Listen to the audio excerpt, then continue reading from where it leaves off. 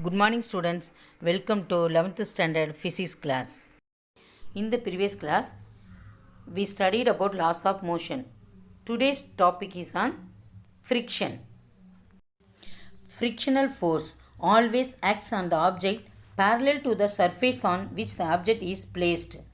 There are two kinds of friction, namely static friction and kinetic friction. Static friction. When the object is at rest on the surface, only two forces act on it. They are the downward gravitational force, another one upward normal force. The total of these two forces on the object is 0. So, because they are equal to one to another. If the object is at rest and no external force is applied on the object, the static friction acting on the object is 0. So, static friction is mean by rest position. Okay. If the object is at rest and there is an external force applied parallel to the surface, then the force of static friction acting on the object is exactly equal to the external force applied on the object. So, static force is equal to extra force. The static friction does not depend upon the area of contact. But so here single object easier to move.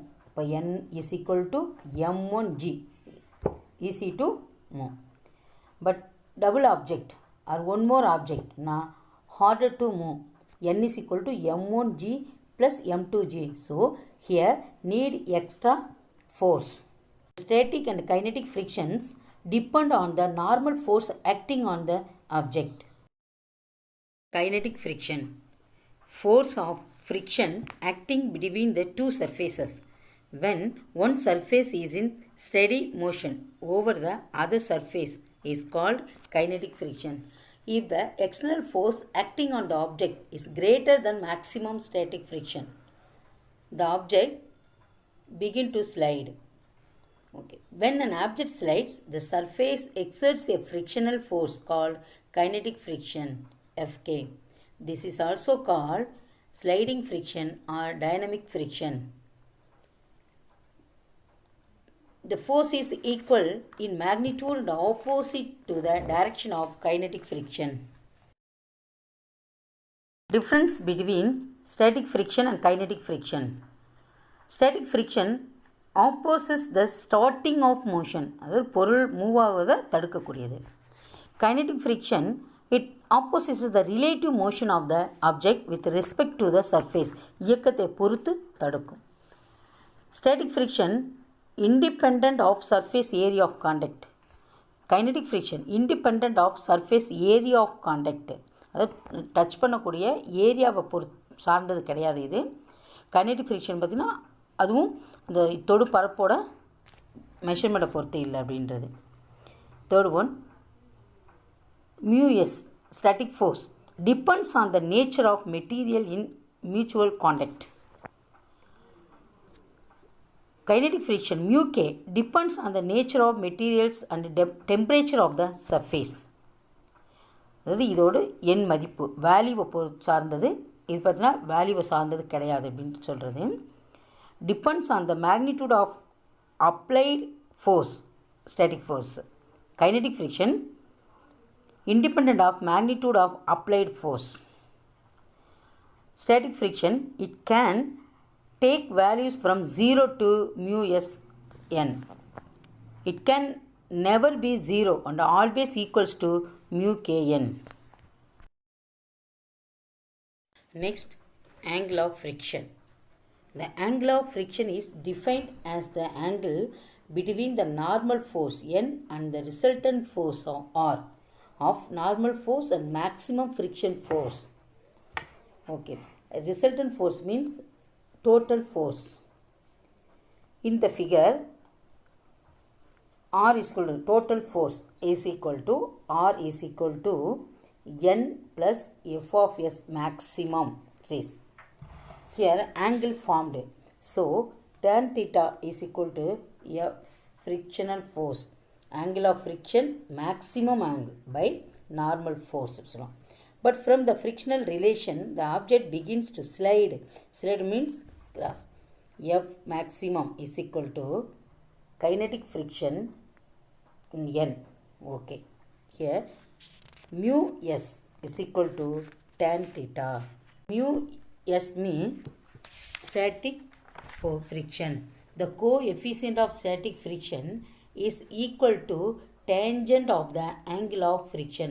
The ரெஸ்ட்டில் உள்ள angle tan theta ஓட வேல்யூவுக்கு ஈக்குவலாக இருக்கும். That's angle of repose. Angle of repose means சறுக்கு கோணம். கிராஸாக உள்ள ஸ்லைடில் பிளேனில் உள்ள ஒரு கோணம். Consider an inclined plane, that is சாய்வான plane, and which an object is placed.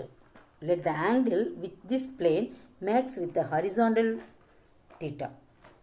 For small angles of theta, theta is a small angle. Theta is increased for a particular value of theta. Now, the object begins to slide down. This value is called angle of repose. அதாவது ஒரு பொருள் circuit வரும்போது ஏற்படக்கூடிய angle. The angle of repose is the angle of inclined plane with the horizontal such that an object placed on it begins to slide. Let us consider the various forces in action here.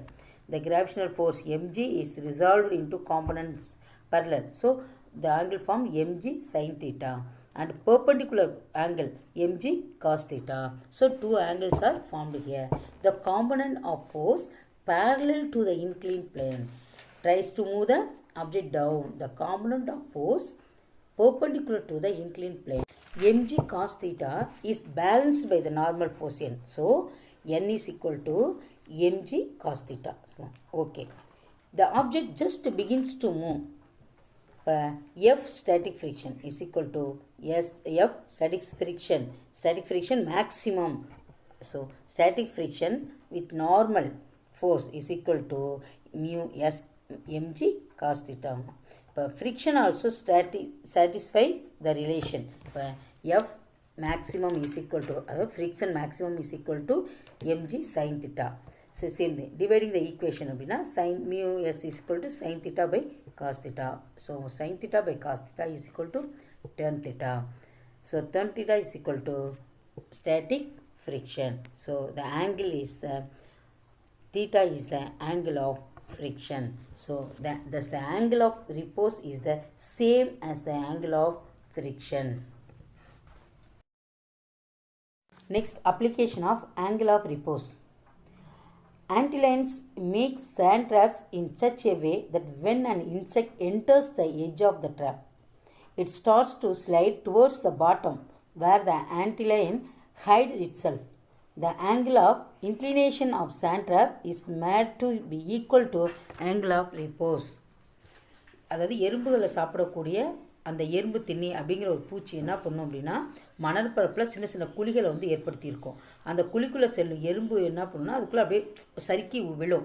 அப்படி விழும் பொழுது அவற்றால் தப்பிச்சு போக முடியாது. So குழியின் அடியில் இருக்கக்கூடிய அந்த ஆன்டிலைன்கிற அந்த எறும்பு திண்ணி என்ன பண்ணுன்னா எறும்பை வந்து எடுத்து சாப்பிட்ரும்.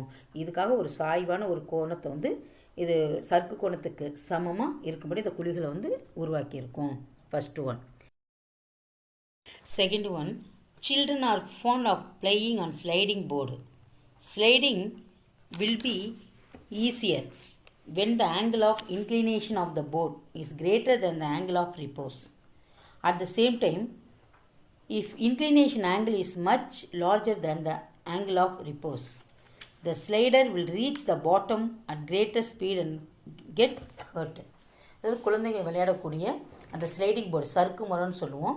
அதுலேயும் அதோட அந்த சறுக்கு மரத்தோட அந்த கோணம் இன்க்ளைன் அந்த ஆங்கிள் சொன்னிங்கன்னா ஆங்கிள் ஆஃப் ரிப்போஸ் அதோட சறுக்கு கோணத்தோட இன்க்ளைன் பிளேனோட ஆங்கிளை விட அதிகமாக இருக்கும். அப்போ சறுக்கு விளையாடுவது ஈஸியாக இருக்கும். ஆனால் அதே சமயத்தில் அந்த கோணம் அந்த ஆங்கிள் என்னென்னா இன்க்ளைன் ஆங்கிள் லார்ஜராக இருந்துச்சு அப்படின்னா விளையாடக்கூடிய அந்த சில்ட்ரனோட வேகம் ஸ்பீடு அதிகமாகி கீழே குழந்தைங்க வரும்பொழுது உடல் வலியை வந்து ஏற்படுத்தும். ஸோ ஆங்கிள் ஆஃப் ரிப்போஸ் அப்படிங்கிறது கரெக்டாக இருக்கணும். Next, rolling friction. Rolling wheels makes it easier then carrying luggage. In rolling motion, when a wheel moves on a surface, the point of contact with the surface is always at rest. The rolls are moving, so we can easily move the object. The force which opposes the rolling motion is called rolling friction. Rolling friction is much smaller than static and kinetic friction. This is the reason that to move an object, roller coaster is fixed in the bottom of the object. Example, rolling suitcase. Methods to reduce friction. Frictional force has both positive and negative effects. In some cases, it is absolutely necessary, but walking is possible because of frictional force. Okay. What are the methods to reduce friction? This figure shown to reduce this kinetic friction, lubricants are used here. First one, friction can be reduced by proper selection of materials, lubrication using oil, greases, etc., polishing the surfaces, providing air cushion between two moving solid surface, converting sliding friction into rolling friction using wheels and ball bearing, streamlining the shape of cars, aeroplanes, jets, etc. Another method to reduce friction, reducing kinetic friction using ball bearing. This figure is microscopiல் வைக்கப்பட்ட irregularities plane figure. Next, centripetal force. If a particle is in uniform circular motion, there must be centripetal acceleration towards the center of the circle. Centripetal force means all the forces are coming inside மைய நோக்கு விசை. The circular motion is given by A is equal to V squared by R. It acts towards center of the circle. According to Newton's second law, the centripetal force is given by FCP. CP means centripetal force is equal to MACP is equal to MV squared. Ever value V squared by R. So MA is equal to MV squared by R. The word centripetal force means center seeking force. Always the forces are coming to center. In vectors notation, F vector Cp is equal to minus mv squared by r into r unit vector. Minus r unit vector, r cap சொல்வோம்.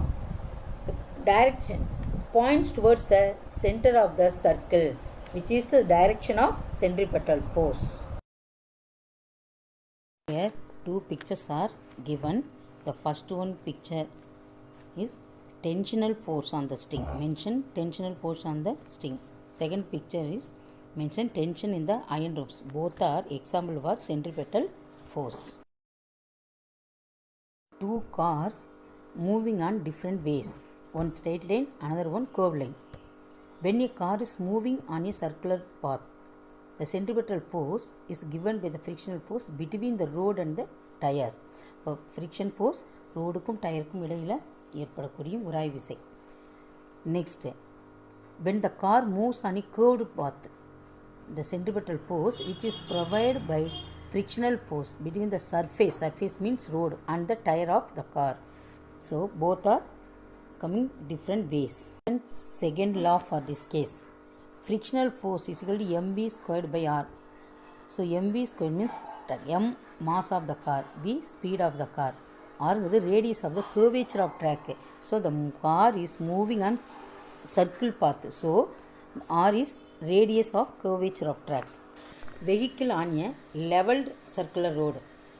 When a vehicle travels in a curved path, there must be a centripetal force acting on it.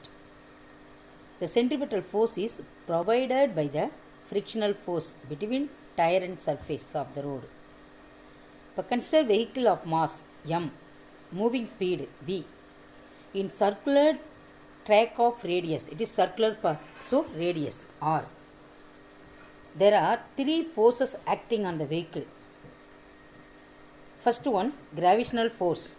mg. It is acting downwards. Second one, normal force N, acting upwards.